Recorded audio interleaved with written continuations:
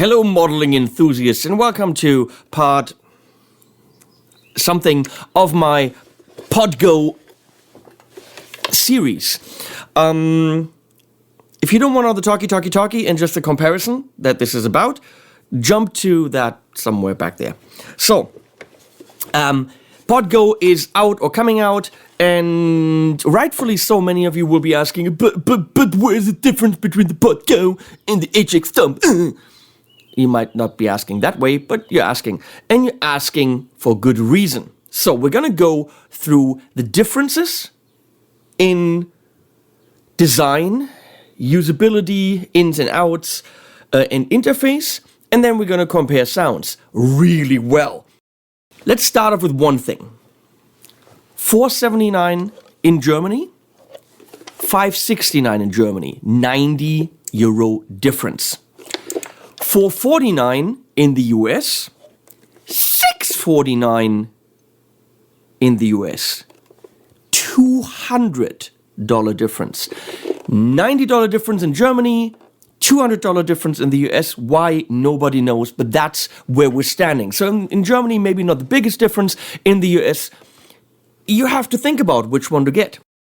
This is an HX, where is it? Right there somewhere, I don't know. HX product. So they're saying this is part of the Helix family. This is a pod product. They're saying it's part of the pod family. Well, they can say this all freaking day long, but what does it mean? Where is the disadvantage of having this versus this? This is designed as an add-on product for your pedal board. We can clearly see the size. It is pedal board sized. It doesn't have all the control options on it. It's got 3 stompies for tap tempo 4, changing banks, changing presets, changing, turning on and off individual elements, all that. But it's meant to have external inputs from expression pedals. It has MIDI, so it's meant to have external control over preset choices, all that stuff. It's not necessarily meant as a standalone product. Can it be used as a standalone product? Hells yeah. We can also see, because it has stereo input and output, that it integrates with stereo gear rather well. Now, when we talk about this, the PodGo is designed as a standalone product. That's why it has an expression/volume/wah pedal, which you can change by hard pressing, and it actually shows you here whether it's wah or volume. It has a nifty handle, but it has no MIDI. It's got a guitar in, so there is no stereo in. So does it integrate with your stereo gear? No, it doesn't even have like a line in. It's got a guitar in. It has external expression, just like the HX Stomp, but you can clearly see no MIDI. And the HX Stomp has a send and a stereo return, whereas this has, stereo send and stereo return, which is kind of cool, but with TRS, not 2 pluggies. Clearly, this has more foot switches. Bank up and down, 4 presets accessible, tap mode, all this stuff. It is easier to operate overall, whereas here you would need external control like MIDI, or you just have less user interface. Okay? Here you have 3 rotary controls on a smaller screen. Here you have 5 on a bigger screen. Obviously, the exclusion of MIDI means this is meant to be used on stage by itself. Put it down. Everything you do is with this. This can go on your board as your pedal platform, as your who knows what, integrate other pedals. Maybe use it only as an effects unit in full stereo in your effects loop. Something like this. It is meant more as I'm trying to tell you the idea of Yamaha. Integrated with your Pro system, whereas this saying this is a pod, it's meant as a standalone thing. this being cheaper to me doesn't make sense. It offers more in terms of the user interface experience.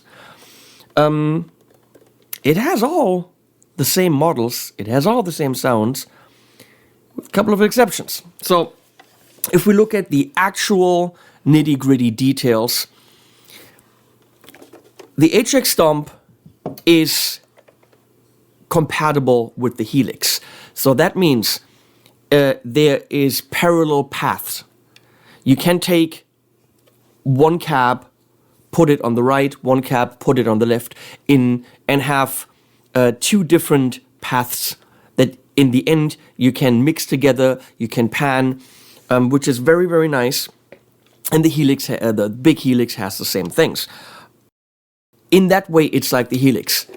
The Pod Go does not have this. On here, you can determine whether you're loading a mono or stereo version of the delay, the chorus, whatever.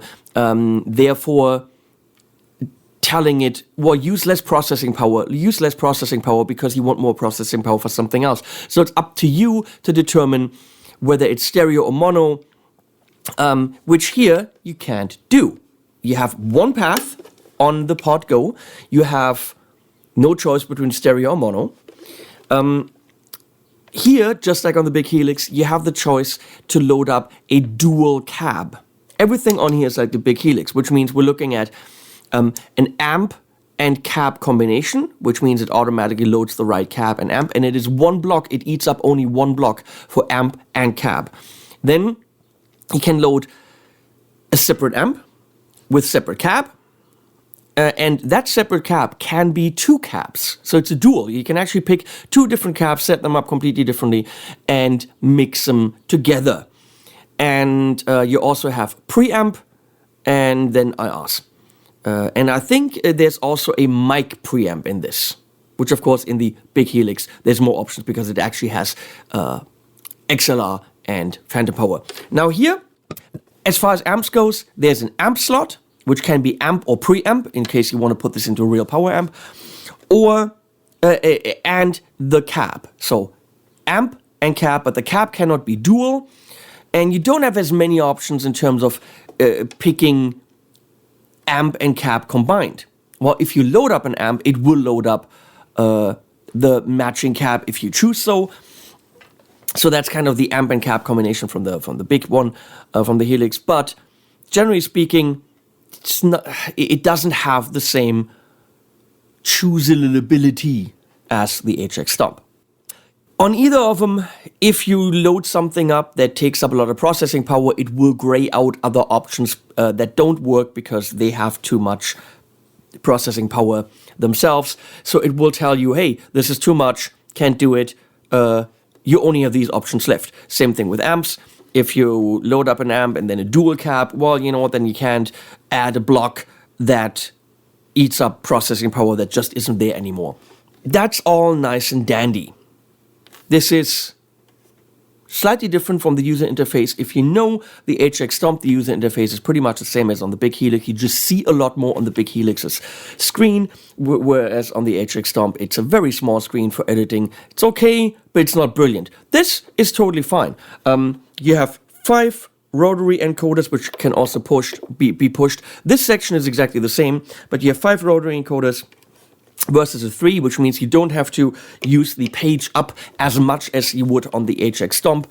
On the HX Stomp, using the Mac editor would be highly preferable. On this, you can actually work rather nicely on the interface. It's not huge, but it's totally fine. And I really like how they've done that. I can get to the point rather quickly. You can go into a mode where you have the stompies, meaning you're turning individual effects on and off, which you can do here as well, but only 2 instead of 6. Because when you go into that mode, the bank up and down also turn into stomps. This has a longer chain of blocks. This has less blocks. One of the blocks here is a fixed EQ, which you can move around, but it's always EQ. You can't put that into something else. But this has more blocks than the HX Stomp. So technically, this is more versatile. You can have chorus A, chorus B, whatever. You will run out on the HX Stomp of blocks before you run out here. If you're someone that doesn't need any of this, any of the differences, where you really don't care about MIDI, you don't care about the stereo in, all you want is, I want this on the desk to record with. I want to have fun. I want to create guitar sounds.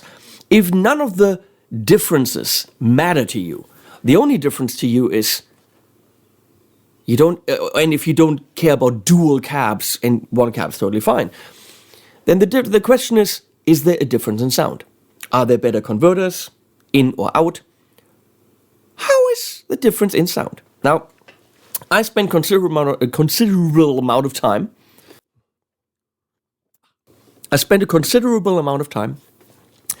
programming 5 sounds and taking every single parameter and programming them on the HX Stomp as well as on the big Helix. That's a different video. Recording a loop, exactly the same performance, and that's what we're getting to now. Let's hear the difference. Is there a difference for your $90 extra, for your $200 extra in sound, or is it purely a different concept and dual cabs and all that stuff? You know? So let's figure this out. We're going to start with the clean sound, which is based on the Placator amp, which I think is just the Friedman. Clean Friedman, it's one of the good sounds. A lot of the presets are not great in the Helix or the Pod Go. If you forget about the presets, pick one that's roughly there and then work with it, you can get some kick-ass sounds, as I did with the Placator Clean. Now here is the Pod Go and then the HX Stomp.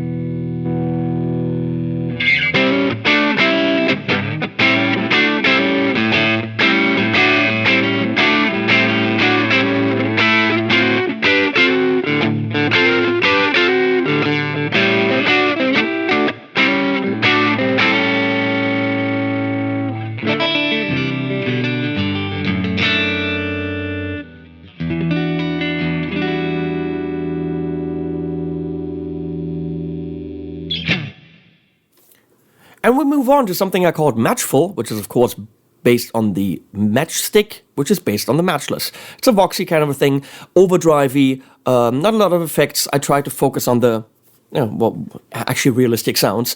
And here we go, both units after each other.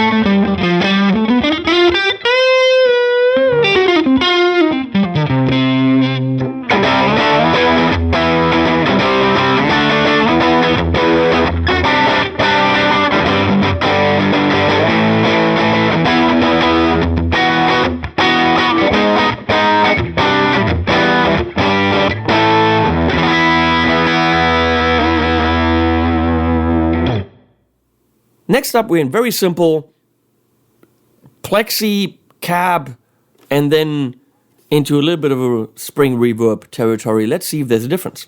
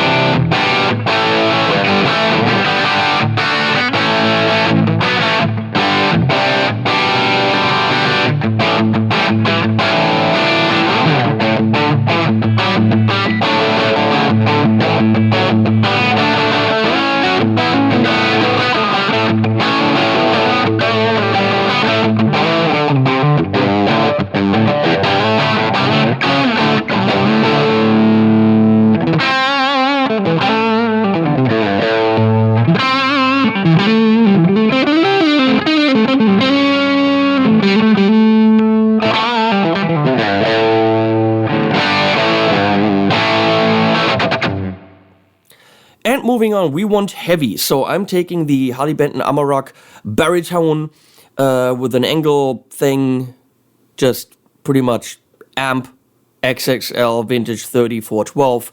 Let's see if there's a difference.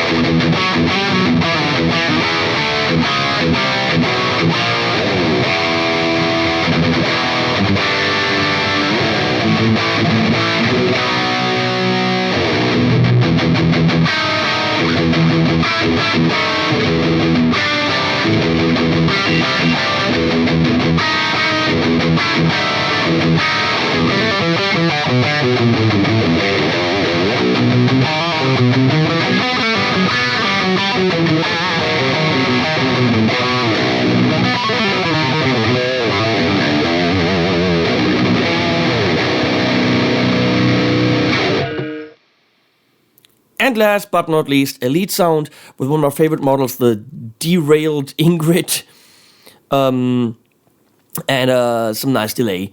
Let's see if there's a difference. Difference!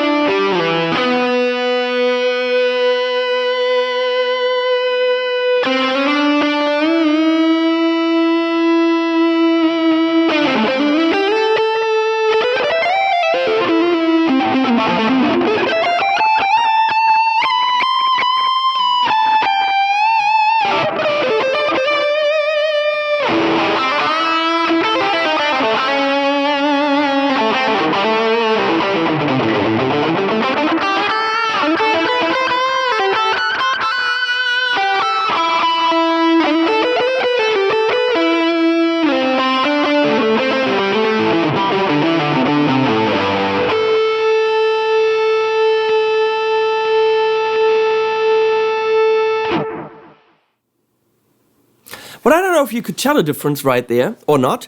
But obviously, it's pretty tough because there were long clips after each other. Well, here are all 5 where I'm actually switching back and forth. So what you're hearing when you're seeing the HX Stomp is the HX Stomp. What you're hearing when you're seeing the Pod Go is the Pod Go. Let's see if you can tell the difference.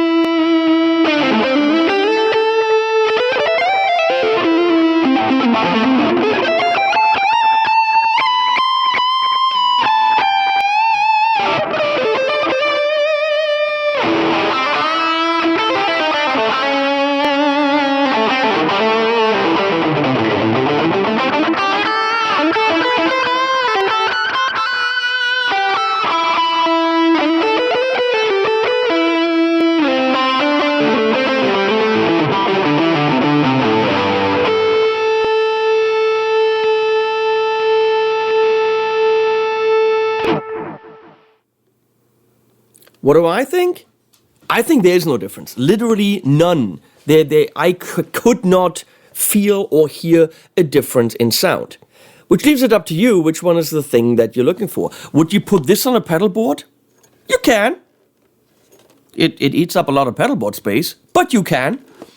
This makes a lot more sense to put on a fly rig, a couple of pedals in front of it, and you're good to go. Why Line6 wants more money, I don't understand. It has much less hardware on it. Has a smaller screen, less stompies. It is metal, whereas this is metal too. Okay, so this is plastic, but this on top here is actually bent metal. I literally do not know where the money difference comes from. Processor-wise, this technically has longer chains. I'm pretty sure it's the same damn processor. I'm sure that the big Helix has a bigger processor, but the HX Stomp, I don't really. This should be the Helix Go. I don't understand why they did Pod. They're trying to say this is a lesser product. I don't see it. I don't see how this is lesser. It sounds exactly like the HX Stomp. It's easier to program because you have more rotary encoders, all that stuff. Both are great, but you have to know that the only difference really is a little bit of a different user interface, couple more options when it comes to individual amp versus cab, blah, blah, blah. This has MIDI. This really doesn't. This can go in a rack and you just remote control it. This doesn't. This has stereo input, also line. This doesn't. But if all you do is play guitar, this will do at $469/$449. That's a steal. It's great for recording. I'm not the biggest modeler fan. I'm not. But I got kick-ass sounds out of this. That's all I can say. I'm not huge on modelers. I prefer my amps. It's I can feel the difference. This is teaching me it works. And that's all I can say. Yes, I'm being paid for these videos, but I wouldn't say this if I didn't actually believe this. Will I go for a real amp if I can? Absolutely. Will I be able to get all those sounds in here from a real amp and IR loader and all that stuff and load box for €469? No.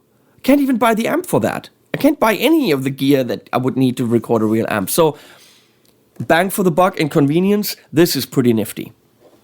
Realistically, I might take this rather than I take the big Helix, because if I'm just playing guitar, the big Helix is pretty damn big and heavy.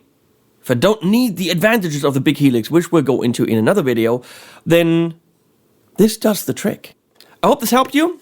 Please support me on Patreon. Please click on the links below. That really helps me, whether it's Sweetwater or Thomann. Please use the links. Even if you don't want to buy this, use the links. Buy something else. That also helps me. Please follow me on Instagram. That really helps me, because then people see, oh, he's big on Instagram.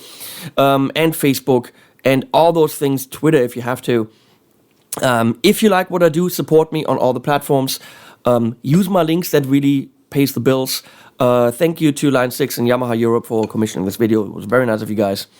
Hope this helped, and we are out. Animals at the end.